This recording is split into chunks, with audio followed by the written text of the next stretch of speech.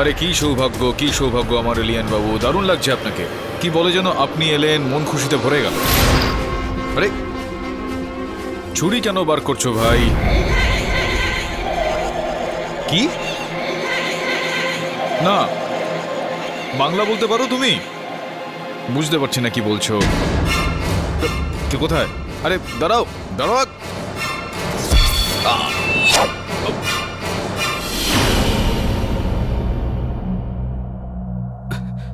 কি হলো বস? তোর বন্ধু এসেছিল দেখা করতে। আমার বন্ধু কে? হ্যাঁ ওই এলিয়ান। এলিয়ান এই হোটেলে? হ্যাঁ এসেছিল, আমি ওকে বললাম যে একটু আসো, গলা জড়াজড়ি করি, একটু খাওয়া দাওয়া করি, একটু গল্প করি, কিন্তু চলে গেল। বস এটা সেই এলিয়ানটা নয় তো যেটা আমি ওইখানে ওই স্টিভেন টাইলারের ঘরে দেখলাম? বস আমি বলছি এটা কিন্তু ওইটাই, আমি দেখেছিলাম না সামনাসামনি, অদ্ভুত অদ্ভুত আওয়াজ করছিল। আচ্ছা কিন্তু বস কোথায়? আমি আপনার অ্যাসিস্ট্যান্ট, আমি না করেছি, সব কাজটা করেছি আমি ওটা আমার ফোনে রেকর্ড, না মানে বলছিলাম কি আমি ওর আওয়াজটা আমার ফোনে রেকর্ড করেছি। কিন্তু বস একটা কথা বলবো, আমি রেকর্ড তো করেছি কিন্তু কিছু মাথায় ঢুকছে না বস। আমি বুঝে গেছি।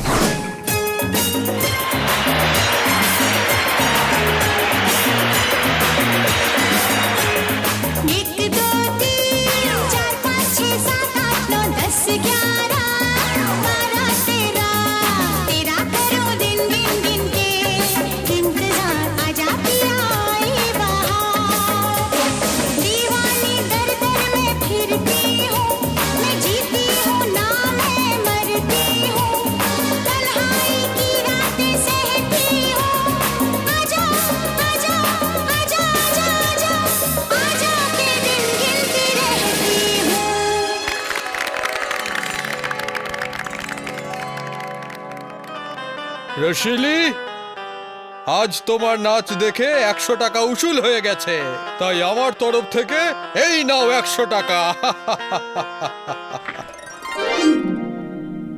টাকার বান্ডিল? রেখেলে বুলবুল, একদম আসল আছে, রেখেলে। মায়েরই বলছি, এতগুলো টাকা তো আমি এক বছরেও রোজগার করতে পারি না। খুব মালদার মনে হচ্ছে। মালদার মনে হচ্ছে? আমি মালদার আছি, বহুত মালদার আছি। তোমার নাম কি হে? আমার নাম ইউসুফ, আমি দুবাই থেকে এসেছি। দুবাই থেকে ওয়ার্ধাপুর গ্রামে? আরামসে বল। আমি বলতে চাইছি তুমি এত দূর থেকে এখানে এসে করছোটা কি? আমার না জন্তু জানোয়ারের টাটকা চামড়া চাই, আর একজন আমাকে বললো এখানে ওয়ার্দাপুর গ্রামে দারুণ চামড়া পাওয়া যাবে, তাই এখানে এলাম। আর আমি তো কাউকে এখানে চিনি না, কিন্তু আমার মনে হয় তোর কাছে সব খবর পেয়ে যাব। তা আমাকে ঠিক জায়গায় নিয়ে যাবি? আমার কাছে বহুত পয়সা আছে, অনেক পয়সা দেব। Yeah I will do that, তুমি চিন্তা করো না, বেশ 2-3 দিন দাও আমাকে। I will call back to you. Morning. হ্যাঁ গুড মর্নিং মিস্টার টাইলার, মনে হচ্ছে রাতে আপনি এখানেই ছিলেন। না, কাল রাতে তো আমি মুম্বাইতে ছিলাম, আজ কিছুক্ষণ আগেই এসেছি। আর এখন আমি আপনাকে কিছু বলতে চাই। রাতে যখনই আমি ঘরে ঢুকলাম তো আমার মনে হলো যে ঘরের মধ্যে কেউ যেন আছে, স্ট্রেঞ্জ লাইটস উইথ সাউন্ড। কিন্তু আমি ঘরে ঢুকে সার্চ করবার আগেই হঠাৎ পেছন দিকের জানলায় আমি একটা অদ্ভুত ক্রিচারের শ্যাডো দেখলাম, আর ওটা জানালা দিয়ে বাইরে জাম্প করলো। আমি ওই দিকে দৌড়ে গেলাম, কিন্তু ওখানে কিছুই ছিল না।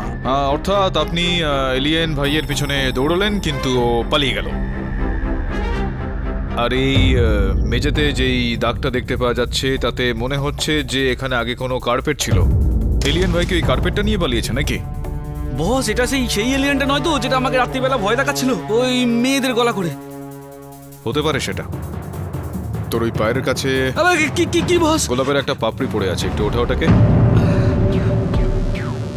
ভয় পাচ্ছিস? হ্যাঁ বস, আমি ভয় পেয়ে গেছি বস। শুকিয়ে যাওয়া পাপড়ি, তাতে লেগে থাকা চুল।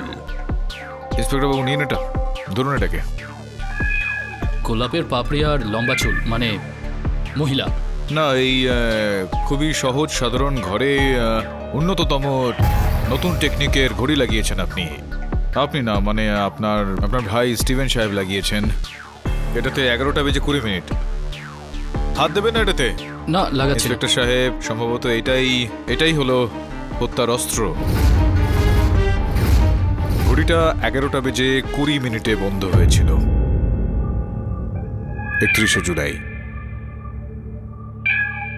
রাত 11:20 ইন্সপেক্টর সাহেব, কেন আমার এরকমটা মনে হচ্ছে যে হত্যার সময় রাত 11:20 হতে পারে?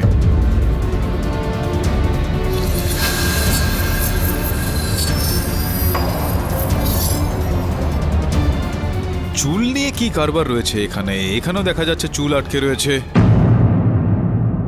খোঁজ নিয়ে দেখুন স্টিভেনের চুলের রংটা ঠিক কি ছিল।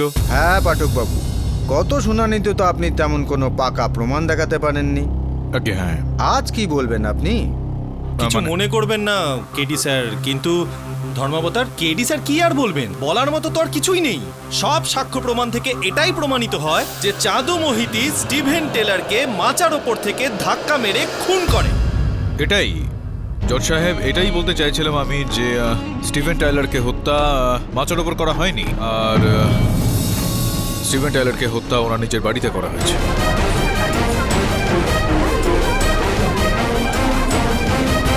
Order order! ক্ষমা করবেন কেডি স্যার, কিন্তু আপনি এই আদালতকে বোকা বানানোর জন্য আপনি কি গুগলি ফেলছেন? না না, গুগলি না, এটা হলো দুসরা। আমি বুঝিয়ে বলছি, আপনি বুঝতে পারবেন। ইওর অনার, গতকাল আমি স্বয়ং স্টিভেন টাইলারের বাড়িতে গিয়েছিলাম। সেখানে একটা বিচিত্র বিষয় সামনে আসে। ওনার ঘরে যেই কার্পেটটা ছিল সেই কার্পেটটা বেপাত্তা, আর ওখানে একটা লোহার তৈরি ভারী ঘড়ি, যেটা ইওর অনার বন্ধ ছিল, সেটা দেওয়ালে ঝোলানো অবস্থায় ছিল একটু বাঁকাভাবে। এটা যেই সময় বন্ধ হয়েছিল ইওর অনার 11:20 এটা হত্যার সময়। আর এখানে যে তারিখটা রয়েছে 31শে জুলাই 2013, হত্যার দিন সেটা। সেদিন থেকে ঘড়িটা বন্ধ ইওর অনার। কেডি স্যার ক্ষমা করবেন, কিন্তু আপনি এই বন্ধ ঘড়িটা দিয়ে কি প্রমাণ করতে চাইছেন? হ্যাঁ পাঠকবাবু, আমিও কনফিউজড হয়ে যাচ্ছি। না জজ সাহেব, আমি এটা প্রমাণ করার চেষ্টা করছিলাম যে এই ঘড়িটা যেটা রয়েছে এটাই হলো খুনের হাতিয়ার। এটা দিয়েই স্টিভেন টাইলারকে হত্যা করা হয়েছিল।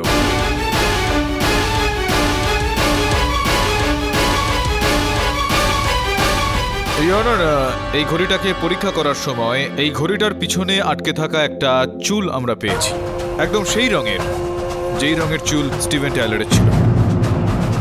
এরা স্পষ্ট ইওর অনার যে হত্যাকারী এই ভারী লোহা দিয়ে তৈরি ঘড়িটা নিয়ে ওর মাথার পিছন থেকে মারে, যেটার কারণে ঘড়িটা বন্ধ হয়ে যায় আর স্টিভেন টাইলারের শ্বাসও।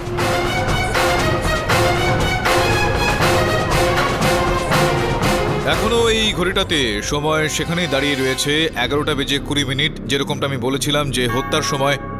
আর 31শে জুলাই 2013 হত্যার দিন ইওর অনার। স্টিভেন বাবুকে হত্যা করার পর হত্যাকারী ওই ঘড়িটাকে খুব সাবধানতার সঙ্গে সেখানে রেখে দেওয়ার চেষ্টা করে, কিন্তু মৃতদেহটাকে ঠিকঠাক নিয়ে যাওয়ার একটা তাড়াহুড়োতে সেই ঘড়িটা একটু ব্যাকা হয়ে যায় ইওর অনার। সেই কারণে আমার মনোসংযোগটা সেই দিকে আকর্ষিত হয় ইওর অনার।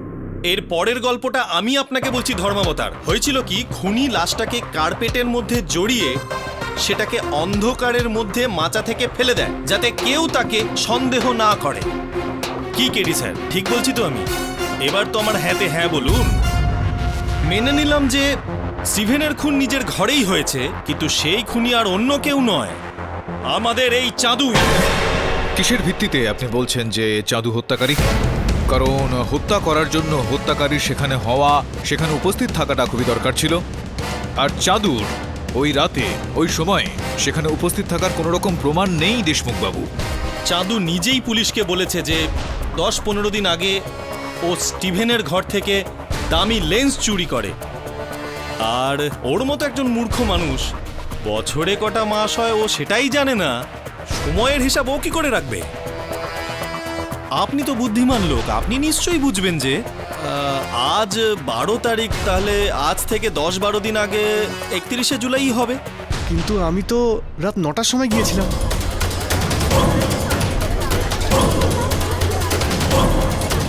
আমি তো ওনার সামনে হাত জোড় করে প্রার্থনা করেছিলাম, স্যার দয়া করে আমাকে আবার কাজে নিয়ে নিন। আমি তোকে আর কাজে রাখবো না চাঁদু, তুই একটা চোর রে, চোর। আর তারপর ভেতরের ঘরে চলে গেলেন। আমি রাগের চোটে ওখানে রাখা ক্যামেরার লেন্সটা চুরি করে নিই আর তাড়াতাড়ি ওখান থেকে পালিয়ে যাই। তুমি মিথ্যে কথা বলছো, পরিষ্কার মিথ্যে কথা। স্টিভেন সাহেবের বাড়িতে তুমি সোয়া 9টার সময় নয়, সোয়া 11টায় গেছিলে। নেশার ঘরে ছিলে তুমি। প্রথমে তুমি কাজের জন্য স্টিভেন সাহেবের কাছে কান্নাকাটি করেছিলে। সে যখন রাজি হয়নি তখন তোমার রক্ত চড়ে যায়। তখন তুমি ঘড়িটা নিলে আর স্টিভেন সাহেবের মাথায় জোরে মারলে।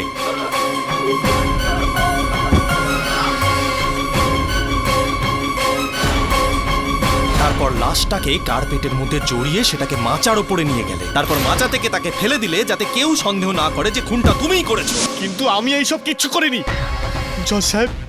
আমি স্টিভেন সাহেবকে মারিনি, আমার মরা মায়ের দিব্যি। ওনাকে তো ওই এলিয়ানই মেরেছে হয়তো।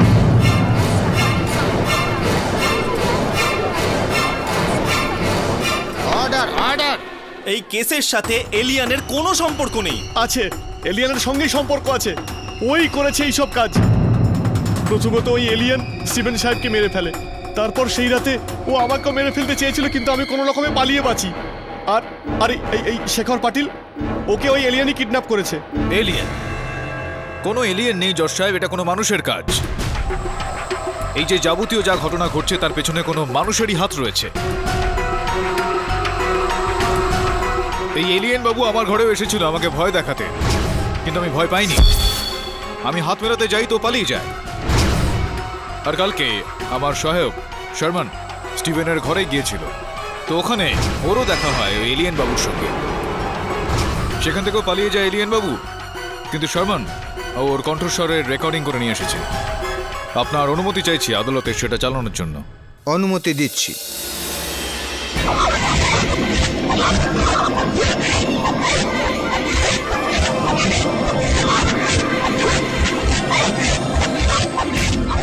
এর ভাষা তো খুবই অদ্ভুত পাঠক বাবু, কিছুই বুঝতে পারছি না যে কি বলছে। জজ সাহেব, এগুলো বুঝতে আমরা এই কারণে পাচ্ছি না, কেননা এই যে এই ধরনের বাজে কাজগুলো যারা করেন তাদের মাথা, তাদের বুদ্ধি সেগুলো সবসময় উল্টোই হয়।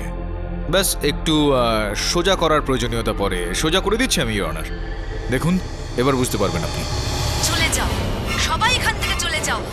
বর্ধাপুর এবার আমাদের। এখানে যে আসবে সে প্রাণে বাঁচবে না। চলে যাও। Order order. আমি বলেছিলাম না এইসব কিছু এলিয়ানই করেছে। এবার তোমরা বুঝতে পারছো তো? সবাই পালাও এখান থেকে, নয়তো ও সবাইকে মেরে ফেলবে। জাদু, চুপ করে যাও আমার ভাই। কিন্তু ওদের ভাষা একদম আমাদেরই মতো, এটা কি করে সম্ভব পাঠক বাবু? কেননা জজ সাহেব সে আমাদের সবার মতোই মানুষ, একজন সাদৃশ্য তো থাকবেই। অর্থাৎ আমাদের মতোই কোনো মানুষ, এনি কোনো ব্যক্তি বা কোনো মহিলা। কণ্ঠস্বর তো ইওর অনার মহিলাদেরই।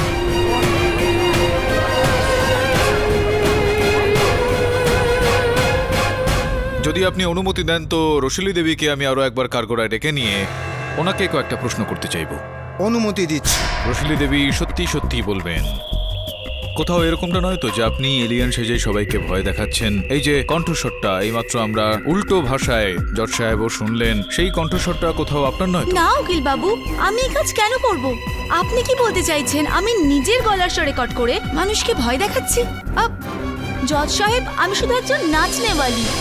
হ্যাঁ, নাচের কথায় মনে পড়লো যে এই যে আপনার ধান্দা রয়েছে, ক্ষমা চেয়ে নিচ্ছে, এই যে আপনার ব্যবসাটা রয়েছে, সূত্রদের খবর অনুযায়ী এখন স্টিভেন বাবুর চলে যাওয়ার পর এটা তো বেশ দারুণ চলছে বলে শুনছি আমি, বেশ ভালোভাবে আর কি। তবু আমি একটাই কথা বলবো যে আমি স্টিভেন সাহেবকে মারিনি। চলুন, আপনি এতবার করে বলছেন তো মেনে নিচ্ছি আমরা যে আপনি স্টিভেন বাবুকে হত্যা করেননি। তো এটা বলুন আমাদের দয়া করে যে আপনি সেই রাতে স্টিভেন বাবুর বাড়ি কেন গিয়েছিলেন? নাচ দেখাতে নাকি? আর আপনি সেখানে যাননি এই কথাটা বলার আগেই ইওর অনার, স্টিভেন বাবুর বাড়ি তল্লাশি চালানোর পর সেখান থেকে গোলাপের এই শুকনো পাপড়ি পাওয়া গিয়েছে, যেখান থেকে আপনি দেখুন কোনো মহিলার লম্বা একটা চুল এখানে লেগে আছে। এখন ওয়ার্ধাপুর গ্রামে একজনই মহিলা রয়েছেন যিনি চুলে গোলাপ ফুল লাগিয়ে থাকেন, আর সেটা হলেন আপনি, রোশালি দেবী। হ্যাঁ, আমি গিয়েছিলাম। আমি সেদিন রাতে স্টিভেন সাহেবের বাড়ি গিয়েছিলাম।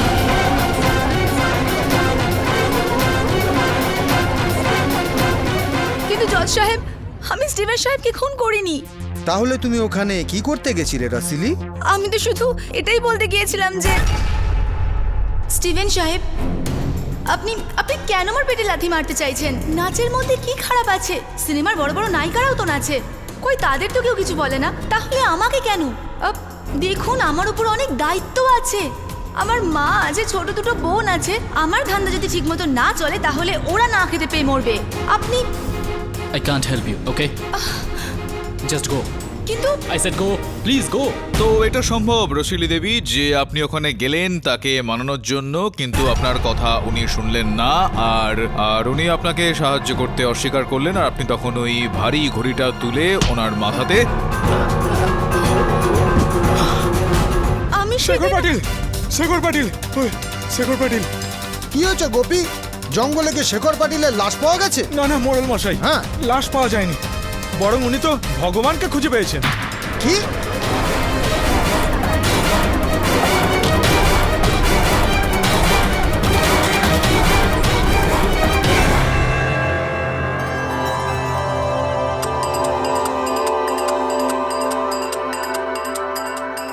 ওম এলিয়ান দেবায় নমঃ। এই সংসার মায়ার বন্ধন, কতদিন এতে বাধা পড়ে থাকবে? এই জগৎ মিথ্যে মিথ্যে, আসল জগৎ তো সেটা যা আমি নিজের চোখে দেখে এলাম। আপনি কোন দুনিয়ার কথা বলছেন শেখর বাবু? ওই জগৎ যেখানে আমাকে ত্রিলোকি এলিয়ান নিয়ে গিয়েছিলেন। সেখানে কত শান্তি, কত আনন্দ ওখানে। ভাই আর বোনেরা, এই এলিয়ান পর নয়, আমাদের নিজেদের লোক, আমাদের পূর্বপুরুষ, এই পৃথিবীর মানুষ। মানুষ মৃত্যুর পর যখন তার আত্মা ওপরে চলে যায়, তখন তারা কখনো কখনো এলিয়ানের রূপে আমাদের দেখা দেওয়ার জন্য এই পৃথিবীতে চলে আসে। ওদের ভুল বুঝো না, এলিয়ানরা আমাদের মোটেই শত্রু নয়, তারা শান্তি চায়। শুধু এই সংবাদ দেওয়ার জন্যই তারা আমাকে এখানে পাঠিয়েছেন। তাহলে কি আপনি আবার ওদের কাছে ফিরে যাবেন? না, আমি এই ছোট্ট গ্রামেই থাকব, আর পূজনীয় এলিয়ানদের বার্তা আপনাদের কাছে সময় মতো পৌঁছে দেব, আর আপনাদের সবার কল্যাণের জন্য জন্ম জন্মান্তর আমার কর্তব্য পালন করে যাব। ত্রিলোকি বাবার জয়! ত্রিলোকি বাবার জয়! ত্রিলোকি বাবার জয়! ত্রিলোকি বাবার জয়! ত্রিলোকি বাবার জয়! ত্রিলোকি বাবার জয়! ত্রিলোকি বাবার জয়! ত্রিলোকি বাবার জয়! ত্রিলোকি বাবার জয়! ত্রিলোকি বাবার জয়! বলুন, আপনার কি সেবা করতে পারি? যবে থেকে উড়ন্ত চাকতি আমাদের গ্রামে এসেছে তবে থেকে প্রচুর লোক এই গ্রামে আসছে। অনেকে তো আবার এখানে পাকাপাকিভাবে থাকার চেষ্টাও করছেন, আর সেই কারণে এখানে জমির দাম একেবারে আকাশ ছোঁয়া হয়ে যাচ্ছে। কিন্তু শেখরবাবু, এই চাঁদু আমাদের অনেক ক্ষতি করে দিচ্ছে। সেটা কিভাবে? আসলে শেখরবাবু, চাঁদু বারবার একটা কথাই বলে যাচ্ছে যে স্টিভেন সাহেবকে হত্যা এলিয়ানই করেছে, স্টিভেন সাহেবকে হত্যা এলিয়ানই করেছে। এই কথাটা যদি আদালতে প্রমাণ হয়ে যায় তাহলে আমাদের অনেক বড় লোকসান হয়ে যাবে। আমাদের জমির দাম যে আকাশ ছোঁয়া হয়ে যাচ্ছে তা একেবারে মাটিতে নেমে আসবে। আমি বুঝতে পারছি প্রধান মশাই, সেভাবে দেখতে গেলে তো এক্ষেত্রে সবচেয়ে বেশি লোকসান আপনারই হবে, কারণ এ গ্রামে আপনারই সবচেয়ে বেশি জমি আছে। শেখরবাবু, রাস্তার ধারে যে জমি আছে আমার, তার এক টুকরো আমি আপনাকে দিয়ে দেবো, তা একেবারে বিনা পয়সায়, যেখানে আপনি হোটেল বানিয়ে সারা জীবন আয়াসে কাটাতে পারেন। শুধু আমাকে বড় লোকসান থেকে রক্ষা করুন। আপনি যদি একটি বার আদালতে গিয়ে বলেন যে স্টিভেন সাহেবের খুন এলিয়ান নয়, চাঁদুই করেছে, তাহলে গ্রামের মানুষের ভয় এলিয়ানের থেকে কেটে যাবে। তাহলে আমাদের জমিও সোনা হয়ে যাবে আর আমাদের জীবনটাও। এই দান এলিয়ানদের পছন্দ। এখন এই শেখর পাটিলের এলিয়েনের সাহায্যে অপহরণ হয়ে যাওয়া আর হঠাৎই বাবা হয়ে প্রকট হয়ে যাওয়া, এইগুলো খুব একটা হজম হলো না আমার, বুঝলি? এই কথাগুলোতে কোনো না কোনোভাবে সত্যের খুব অভাব রয়েছে। সত্যের ভাব বলতে বস, মানে আরে ভাব নয় রে, অভাব। অর্থাৎ তোদের ভাষায় ওই বাওয়াল, ক্যাচাল। মা কালী বস, একদম সলিড বলছেন আপনি, একদম সলিড বস। আমার কি মনে হচ্ছে এই যে পাটিল আছে না, পাটিল এই সবাইকে ঘোল খাওয়াচ্ছে। হ্যাঁ, কিন্তু বোকা বানিয়ে কি লাভ হতে পারে ওর? এটা তো খোঁজ নিতে হবে আমাদের। আরে জিও বস, একদম আমার স্টাইলে কথা বলছো, একদম এক স্টাইল। চল। আবে ফোন বাজছে তোর। তুলছি। শেখ ইউসুফ, ওয়ার্ধাপুর জঙ্গলের কালো টিলাতে কাল বিকেল 5টায় দেখা করো। বস আপনি টেনশন করবেন না, আমি বলছি না, ট্রাস্ট করুন আমার ওপর। ওই যে মেয়েটা আছে না, কি যেন নাম ওর, রসিলি, ওই মিটিংটা ঠিক করেছে। ওই যে কি যেন বলে না, প্রচার মানে চোর, আরে যে জন্তু জানোয়ারের চামড়া বিক্রি করে তাদের সাথে। আপনি টেনশন করবেন না বস, আমার উপর বিশ্বাস রাখুন, আমি সব সাইডে নেব। দাঁড়াও। বস আমি রাখছি, ও এসে গেছে।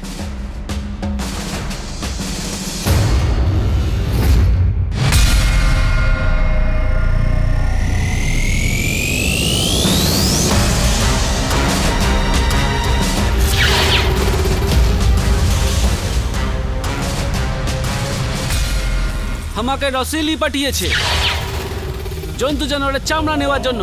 তুমি এনেছো কি? টাকা এনেছো? আমি মাল এনেছি, তুমি চামড়া এনেছো? খুলে দেখাও।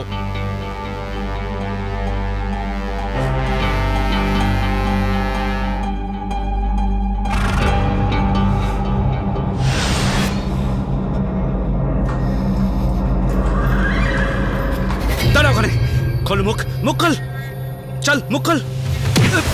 কমল স্যার,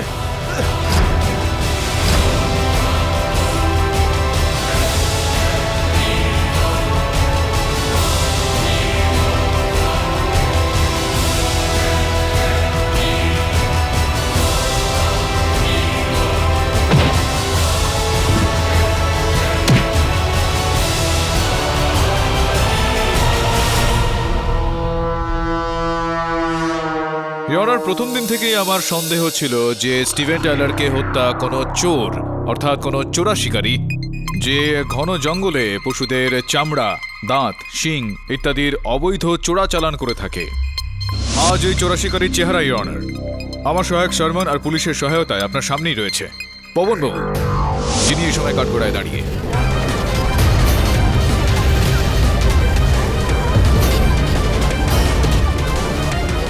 শুধুমাত্র এতটাই নয় ইওর অনার, পবনবাবুর বাড়িতে খানা তল্লাশি চালানোর পর এই এলিয়েনের পোশাক পাওয়া গিয়েছে। যে এলিয়েনের সঙ্গে আমার সেদিন সাক্ষাৎকার হয়েছিল সেও এই পোশাকই পরেছিল। যখন পবনবাবু এত কিছু করেছেন ইওর অনার, তো পুরোপুরি এটা সম্ভবপর যে স্টিভেন টাইলারের হত্যাটাও ইনিই করেছেন। জজ সাহেব, আমি কিন্তু স্টিভেন সাহেবকে খুন করিনি। এটা বলুন পবনবাবু যে আপনি এলিয়েনের পোশাক পরে কেন ভয় দেখাচ্ছিলেন সবাইকে? কিছু মনে করবেন না কেডি স্যার, কিন্তু এটা ছোট্ট কনফিউশন থেকেই যাচ্ছে। গত শুনানির দিন আপনি এলিয়েনের যে রেকর্ডেড আওয়াজ পেশ করেছিলেন আদালতের সামনে, সে তো মহিলার আওয়াজ। তাহলে পবন কিভাবে এলিয়েন হবে? সাহেব, দেশমুখ বাবুর প্রশ্নটা কিন্তু যথাযথ, আর এই প্রশ্নের উত্তর হলো যে স্টিভেন টাইলারকে হত্যা একজন নয়, দুজন ব্যক্তি একসঙ্গে মিলে করেছেন, রসিলি আর পবনবাবু।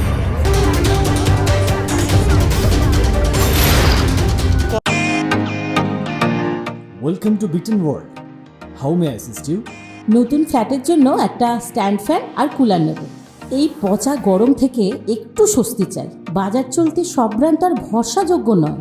তার জন্য তো আমাদের ফ্যান আছে, all purpose bullet table fan, ceiling fan. আমাদের সিলিং ফ্যান কিন্তু 30 মাসের ওয়ারেন্টি সহ পাওয়া যায়।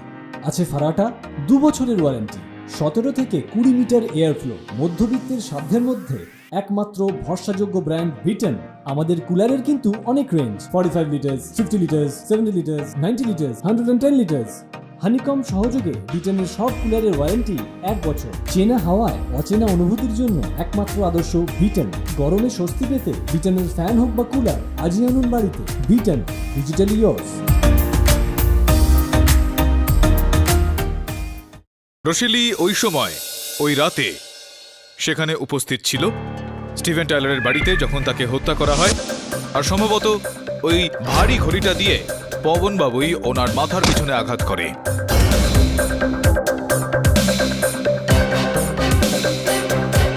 হত্যা করা হয়ে যাওয়ার পর পবনবাবু আপনি নিয়ে গিয়েছিলেন হয়তো এই স্টিভেন টাইলারকে ওই মাচা পর্যন্ত নিজের কাঁধে তুলে নিয়ে, কেননা রশিলি তো একজন মহিলা, ওর পক্ষে এই কাজটা করা একেবারে সম্ভব নয় কি?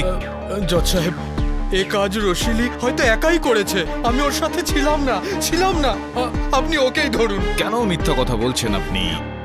রশিলি আপনার এই কাজকর্ম সম্বন্ধে, যেই অবৈধ কাজকর্ম আপনি করতেন সে বিষয়ে সবকিছু জানতো। সেই কারণেই তো ও আমার সহায়ক শর্মনকে পাঠিয়েছিল আপনার ওখানে জঙ্গলে আপনার সঙ্গে দেখা করতে। কিন্তু রশিলির সাথে আমার এমন কোনো কথাই তো হয়নি। তো তাহলে কার কথা মতো আপনি সেখানে গিয়েছিলেন ওই জঙ্গলে? কেউ তো বলেছিল নিশ্চয়ই আপনাকে। বলুন কে ছিল সেই ব্যক্তি? রশিলি নিশ্চয়ই? না স্যার, না। রশিলি নয়তো কে সেই ব্যক্তি পবন বাবু? প্রধান মশাই,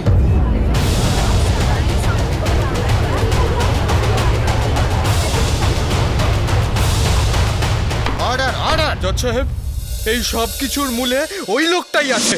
তো আপনি হলেন আসল ষড়যন্ত্রকারী, আসল হত্যাকারী, যিনি পবন আর রশিলিকে নিজের ইশারায় নাচাচ্ছিলেন, হ্যাঁ? দেখুন পাঠক বাবু, আমি আপনার কাছে কিছুই লুকাবো না। হ্যাঁ, একদম লুকাবেন না, বলুন সত্যিটা। আমার দোষ হলো শুধুমাত্র এটাই যে আমি জঙ্গলের জানোয়ারদের মেরে তাদের চামড়া দাঁত বিক্রি করে কিছু টাকা কামিয়েছি। আর জজ সাহেব, আমি এটাও জানি যে এমন কাজ করা আইনত দণ্ডনীয়, কিন্তু আমাদের জন্য জঙ্গলে যত কম জানোয়ার থাকে ততই লাভ।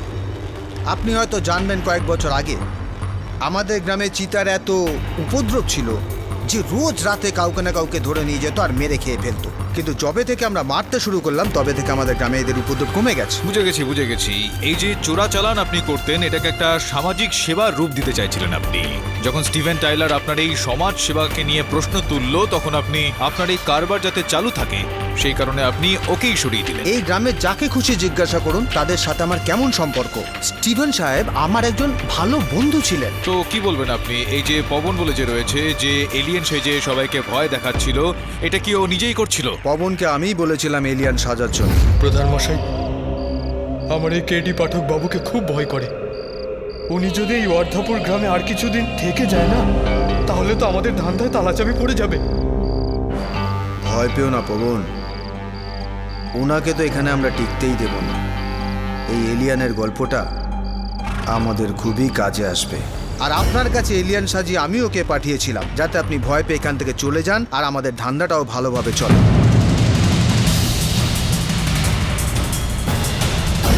কিন্তু সেই এলিয়েন যেটাকে চাঁদু দেখেছিল, আর সেই এলিয়েনটা যেটা আমার সহায়ক শর্মনকে ভয় দেখানোর চেষ্টা করেছিল, সেটা কে ছিল আমায় বলুন। ওটা আসল এলিয়ান ছিল পাঠক সাহেব, যে স্টিভেন সাহেবকে খুন করেছে। আর এই শেখর বাবুকে ওই কিডন্যাপ করেছিল। চুপ কর মূর্খ মানুষ! নির্দোষ দেবতা সমান এলিয়ানদের নামে মিথ্যে দোষারোপ করছিস। নরকের আগুনে পুড়ে মরবি তুই। অর্ডার। শেখর পাটিল, ওখান থেকে চেঁচাবেন না। আপনি যা বলতে চান কাঠগড়ায় এসে বলুন। জজ সাহেব, কোনো কারণ ছাড়াই ওনাদের সন্দেহ করা এটা মোটেই ঠিক ব্যাপার নয়। আরে ওনারা হলেন মহান পবিত্র আত্মা। জজ সাহেব, যখন এখানে কেউ অনেক পুণ্য করে এই পৃথিবী ছেড়ে স্বর্গে যায়, তখনই সে শ্রী শ্রী ত্রিলোকি এলিয়ান হওয়ার সৌভাগ্য লাভ করে থাকে।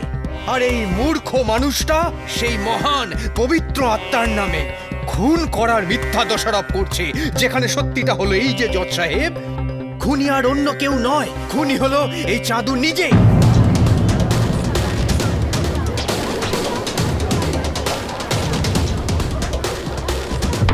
অর্ডার।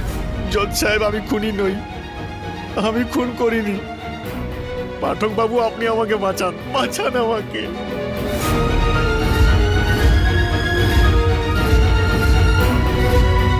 চাঁদু চাঁদু চাঁদু, তোমার কান্নাকাটিতে তোমার দোষ কিছুই কমবে না।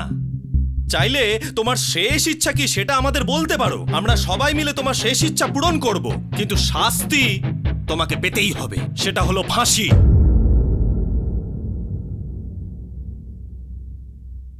এটা কার চিঠি পাঠক স্যার? চিঠি না, এটা একটা তালিকা, একটা রিপোর্ট। ওই যে যেখান থেকে এই অন্তর্যামী বাবাকে অপহরণ করেছিল ওই এলিয়েনটা, সেখানে যেই পায়ের ছাপ পাওয়া গিয়েছিল সেটার পরীক্ষার রিপোর্ট মুম্বাই থেকে ফ্যাক্স মারফত এসেছে। দেখুন, পড়ুন। কি হলো দেশমুখ বাবু?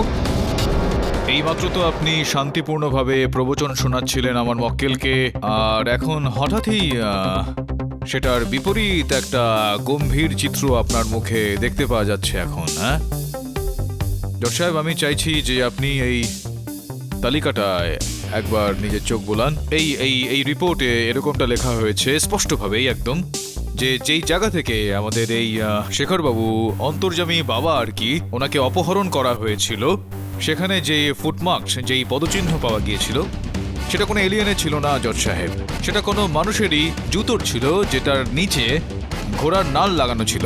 এক্ষেত্রে আমার পুরো বিশ্বাস রয়েছে যে যদি আমরা আমাদের এই অন্তর্যামী বাবার বাড়িতে পুরোপুরি খানা তল্লাশি চালাই, তো ওই জুতোটা ওনার ঘর থেকে অবশ্যই পাওয়া যাবে।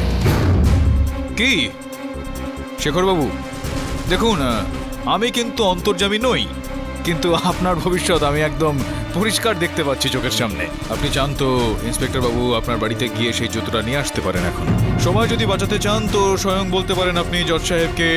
গল্প আপনার, বলুন আপনি। বলছি পাঠকবাবু, বলছি। জজ সাহেব ক্ষমা করবেন, আসলে আমি একটু দিকভ্রষ্ট হয়ে গেছিলাম। আসল ব্যাপার হলো কয়েক বছর ধরে আমার হোটেলের ব্যবসা খুব খারাপ চলছিল। ইতিমধ্যে এই গ্রামে এলিয়ান আসার খবর ছড়িয়ে পড়ায় আমার ঘুমিয়ে পড়া ভাগ্য জেগে ওঠে, আর আমার ব্যবসাও চলতে থাকে। আমি আমার এই ভালো সময়টা একদমই হাতছাড়া করতে চাইনি। ওই গ্রামবাসীদের মনে এলিয়ান নিয়ে উৎসাহ যাতে না কমে, তার জন্য আমি একটা প্ল্যান করি, যাতে গ্রামবাসীরা ভাবে যে এলিয়ানই আমাকে কিডন্যাপ করেছে। তাই ঝোপের আড়ালে প্রস্রাব করার ছলে গিয়ে আমি আমার জুতোর নিচে বলদের নাল লাগিয়ে দিই, আর তারপর সেখানে মাটির ওপর কিছু অদ্ভুত চিহ্ন বানাই, ঠিক ওরকম যেমনটা আমি ওই ইংরেজি সিনেমাটায় দেখেছিলাম। আর তারপর ওই ফিল্ম থেকে আমি আমার মোবাইলে এলিয়ানের আওয়াজ রেকর্ড করে এনেছিলাম, তারপর সেটা চালালাম, যেটা শুনে প্রধান মশাই খুব ভয় পেয়ে গেলেন। বাঁচাও বাঁচাও বাঁচাও! পরের দিন ভোরবেলাতেই আমি একটা অন্য গ্রামে চলে যাই, আর তারপর যখন গ্রামে ফিরি তখন ত্রিলোকি বাবার রূপ ধারণ করি।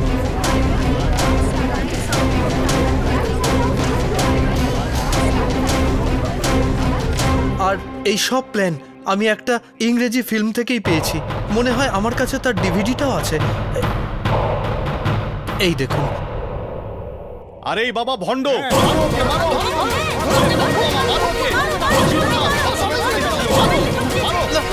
আরে আরে আটকাও এদের!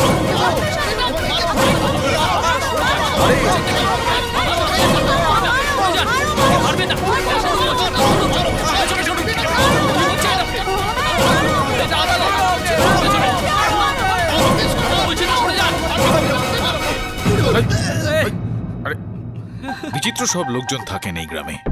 বস আমি বলেছিলাম না, এইসব ভুলভাল লোকের মধ্যে কেন জড়িয়ে পড়ছি আমরা। চলুন এখান থেকে পালাই, চলুন চলুন চলে যাই আমরা। হ্যাঁ আচ্ছা, আর চাদুর কি হবে? ওই নির্দোষ বেচারাকে ফাঁসিতে চড়তে দিই বস। যতক্ষণ না আসল হত্যাকারীকে পাওয়া যায়। এখান থেকে নড়বো না আমি, বুঝলি তুই? চল। তেরি সেই সকাল থেকে এক খবর বারবার বারবার ডিউটি ফাটাফাটি কোনো সিনেমাও তো হতে পারে, দেখি একটু।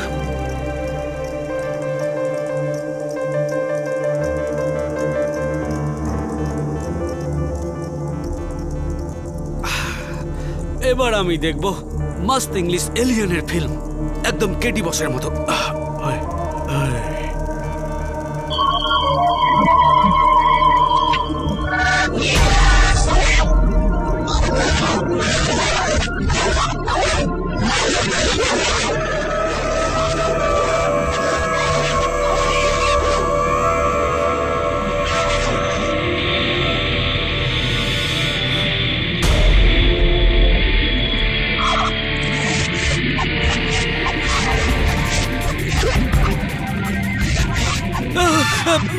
রিল্যাক্স, আমি দেবো।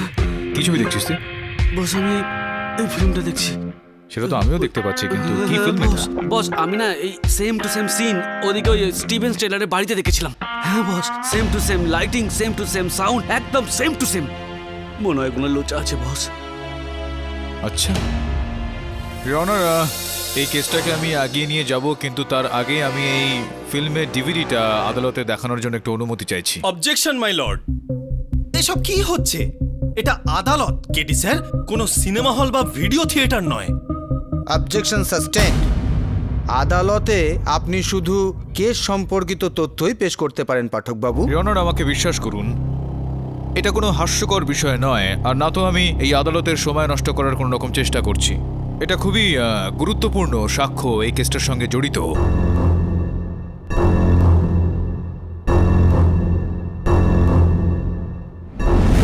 দয়া করে যদি অনুমতি দেন তো আমি এই পুরো ছবিটা নয়, এটার একটু অংশ এখানে দেখাতে চাইব।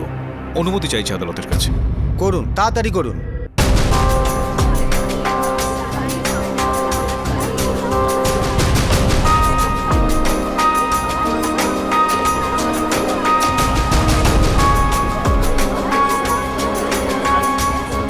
এ কি অদ্ভুত ব্যাপার রে জজ সাহেব, ঠিক এমনই আকাশ যেন আমি সেদিন রাতে জঙ্গলে দেখেছি।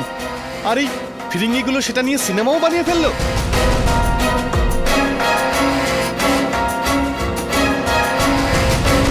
আমি আমার মরা মায়ের দিব্যি বলছি জজ সাহেব, ওই এলিয়ানও ঠিক একইভাবে ওই ঝোপের আড়াল থেকে আমাকে ভয় দেখাচ্ছিল।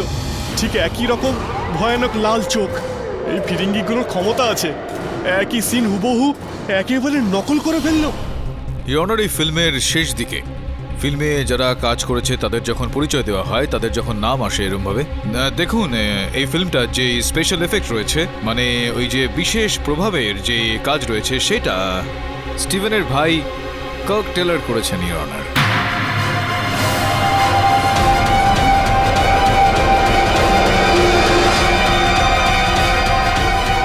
এত সুন্দর কাজ করেছেন। আমি কার্ক বাবুকে ডেকে জিজ্ঞেস করতে চাইবো যে কিভাবে করলেন ইনি। অনুমতি দিলাম। High Kirk. দিস চলচ্চিত্রে যেই বিশেষ প্রভাবের কাজ রয়েছে, special effect in this film, সেটা আপনিই করেছেন। ইউ হ্যাভ ডান ইট। হ্যাঁ, আমি এটা করেছি, এটা আমার প্রফেশন। অফকোর্স অফকোর্স অফকোর্স, খুব ভালো করেছেন আপনি। ইওর অনার, এই চলচ্চিত্রে যেই উড়ন্ত চাকতি আমরা দেখলাম, সেরকমই উড়ন্ত চাকতি বর্ধাপুরে অন্যান্য লোকজন দেখেছিলেন, সেখানকার মানুষজন জাদুও দেখেছিল। আর এই যে দৃশ্য দেখানো হয়েছিল, সেটা প্রকাশ আর ধ্বনিকে নিয়ে এই যে বিশেষ প্রভাব একটা দৃশ্য এখানে আমরা দেখলাম, সেরকমই দৃশ্য আমার সহায়ক শর্মন ওই রাতে স্টিভেন টেলরের ঘরে দেখেছিল। আপনি করেছিলেন না? হোয়াট ইউ মিন মিস্টার পাঠক? এসব কি আমি করছিলাম? শ্রমণ যেদিন স্টিভেনের ঘরে গিয়েছিল তখন আমি সেখানে ছিলাম না। আমি আসি পরদিন মর্নিংয়ে। You are lying mister Tyler, মিথ্যা কথা বলছেন আপনি। কেননা ইওর অনার, তার পরের দিন আমি যখন সকাল সকাল স্টিভেন টেলরের ঘরে গিয়েছিলাম, তো কার্ক বাবুর গাড়ি ওখানে বাইরে পার্ক করা ছিল, যার মধ্যে জলের ফোঁটা ছিল। আর সকালে তো কোনো বৃষ্টি হয়নি ইওর অনার, বৃষ্টি হয়েছিল রাত্রিবেলা, যার থেকে এটা বোঝা যায় যে ওনার গাড়িটা সেখানে রাতে দাঁড়িয়েছিল, যেই কারণে ফোঁটাগুলো গাড়িতে পড়েছিল, সেখানে থেকে গিয়েছিল। ইওর অনার, কি বলতে চাইবেন আপনি এবার?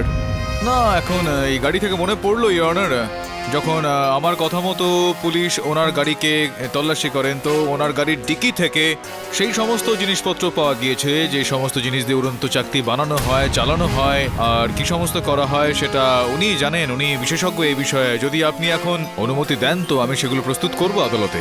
অনুমতি দিলাম। ধন্যবাদ ইওর অনার। শর্মন,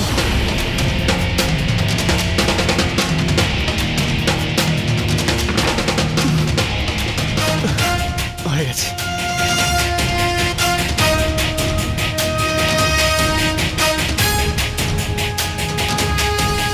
এগুলোই সেই সমস্ত জিনিস কার্কবাবু, যেগুলো দিয়ে আপনি ওই স্পেশাল এফেক্ট করে থাকেন।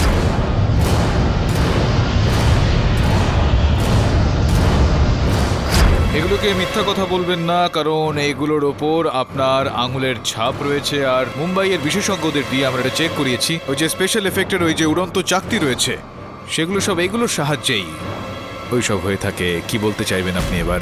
হ্যাঁ, আমি স্বীকার করছি, ওটা আমিই ছিলাম। I did all that.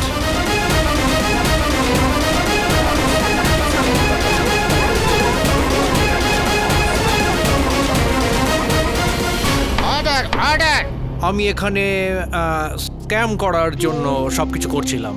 But your honour, এই কেসটা স্টিভেনের মার্ডারকে নিয়ে নাকি এলিয়েন চিটিং এর ব্যাপারে? ওটা কে ছিল যে 31 জুলাই রাতে আমার ভাইকে খুন করেছিল? না, না, ধৈর্য তাকেই ধরুন। আমাদের আগে খুঁজে বার করা ধৈর্য ধরুন আপনি। আমি না বি পেশেন্ট। আমি সেটাই বলছি এবার। এটা বলুন যে 31শে জুলাই রাতে আপনি কোথায় ছিলেন? আমি Why are you asking me? It's a simple question, please answer. আমি মুম্বাইতে ছিলাম। কেন মুম্বাইতে কি করছিলেন? মিস্টার পাঠক, আমি একটা বলিউড মুভিতে স্পেশাল এফেক্টের কাজ করছি। আমি মুম্বাইতে গত 1 মাস ধরে আছি। রাইট। তো এই যে আপনার নির্দেশক ছিলেন, প্রডিউসার অফ এ ফিল্ম, উনি আপনাকে জুহুর ওই আলফা হোটেলের ঘরে রেখেছিলেন, তাই না? Am I right? তাহলে ওই যে ডিল যেটা আপনার ছিল এই ফিল্মের স্পেশাল এফেক্ট করার জন্য, যে কাজটা আপনি করছিলেন সেটা বন্ধ হয়ে গিয়েছিল। আপনি করছিলেন না ওই চলচ্চিত্রের জন্য কাজ। তো তা সত্ত্বেও আপনি আপনার খরচায় ওই মুম্বাইয়ের ওই হোটেলে, যে হোটেলটা খুবই দামি হোটেল একটা, নিজের খরচায় আপনি সেখানে থেকে গেলেন। কেন? মুম্বাই দর্শন করতে চাইছিলেন নাকি অন্য কোনো বিশেষ কারণ ছিল? আমার কিছু পার্সোনাল কাজ ছিল। কিরকম ব্যক্তিগত কাজ বলবেন? আমরা বলতে যদি কোনো কষ্ট হয় কোনো ব্যাপার না, আমি বলে দিচ্ছি। জজ সাহেব, বিষয়টা হলো এরকম যে 31 তারিখ রাতে মুম্বাইয়ে জুহু এলাকার ওই আলফা হোটেলে ছিলেনই না। ইনি রিসেপশনে চাবিটা দিয়েছিলেন আর বলেছিলেন যে আমি একদিনের জন্য বাইরে যাচ্ছি, এটা আপনি রাখুন। আর তারপর আপনি মুম্বাই থেকে এখানে ওয়ার্ধাপুর চলে আসলেন আপনার ভাইয়ের হত্যা করার পরিকল্পনা নিজের সঙ্গে নিয়ে, আর সেরকমটা আপনি করলেন।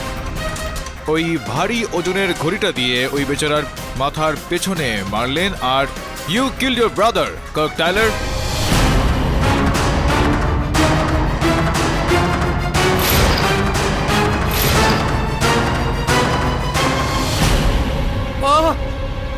ওটা আমিই ছিলাম। আমি স্টিভেনকে মেরেছি।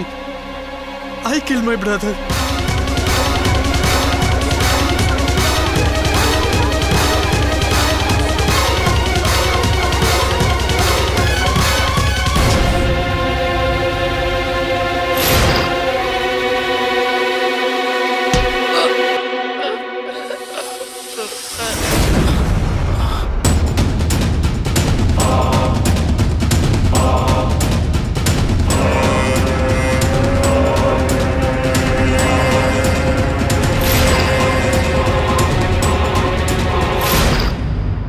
গত 2 বছর ধরে আমার হাতে কোনো কাজ ছিল না।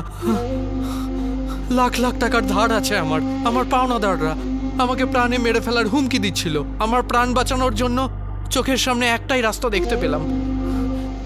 স্টিভেন ছিল আমার সৎ ভাই, আর ওর নিজের কোনো ফ্যামিলি ছিল না। তাই ওর মৃত্যুর পর ওর সমস্ত প্রপার্টি আমার নামে, আর আমি আমার ঋণ থেকে মুক্তি পেতাম। হত্যা তো হত্যাই, আর এই যে আপনি নাটকটা করলেন এলিয়েন আর এই সমস্ত উড়ন্ত চাকতি, এই সমস্ত করার কি দরকার ছিল আপনার? কারণ স্টিভেনের বডি পাওয়া যাচ্ছিল না, আর যতক্ষণ না ওর বডি পাওয়া যায় ততক্ষণ ওর মৃত্যুর প্রমাণ পাওয়া যাবে না।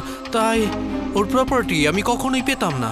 আমি এটা কখনোই বুঝতে পারিনি যে ওয়ার্দাপুরের জঙ্গলে এত লেপার্ড আছে যারা ওর বডিটাকে টেনে অনেক দূর নিয়ে চলে যাবে। এটা জানলে স্টিভেনের বডি আমি ঘরেই রেখে দিতাম।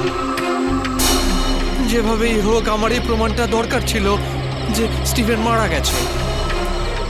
ওর বডির একটা টুকরো পাওয়া খুব জরুরি ছিল, কিন্তু আমার একার পক্ষে এত বড় জঙ্গলে ওর বডিটা খোঁজা সম্ভব ছিল না। এই কারণেই আমি গ্রামে এলিয়ানের গুজব ছড়িয়েছিলাম, আকাশে চাকতি উড়িয়েছিলাম, যাতে এটা সবাই মনে করে যে এলিয়ান ওটা থেকেই এসেছে আর ও কোথাও জঙ্গলে লুকিয়ে আছে। আর সবাই যখন ওকে খুঁজবে তখন স্টিভেনের বডি পেয়ে যাবে, আর আমি আমার প্রপার্টি। এখন দুর্ভাগ্যবশত কার্ক সাহেব আপনাকে আজীবন কারাদণ্ডে থাকতে হবে। I mean you are going to be behind bars rest of your life. Your honour, the defence rest. অর্থাৎ প্রতিপক্ষ এখানে নিজের কার্য সমাপ্ত করছে। এই আদালত মিস্টার কর্ক টাইলারকে নিজের ভাই স্টিভেন টাইলারকে খুনের অপরাধে দোষী সাব্যস্ত করছে এবং যাবজ্জীবন কারাদণ্ডের শাস্তি দিচ্ছে, আর চাঁদু মোহিতকে বেকুসুর খালাস করছে। কেস এখানেই শেষ। হ্যাঁ দেশমুখ বাবু, বলেছিলাম না আমি আপনাকে যে ব্যাস রওনা হয়ে যাব মুম্বাইয়ের জন্য। তো যাওয়া যাক। আপনি আমার গুরু, আশীর্বাদ করুন। আরে কি সমস্ত কথা বলছেন, তথাস্তু।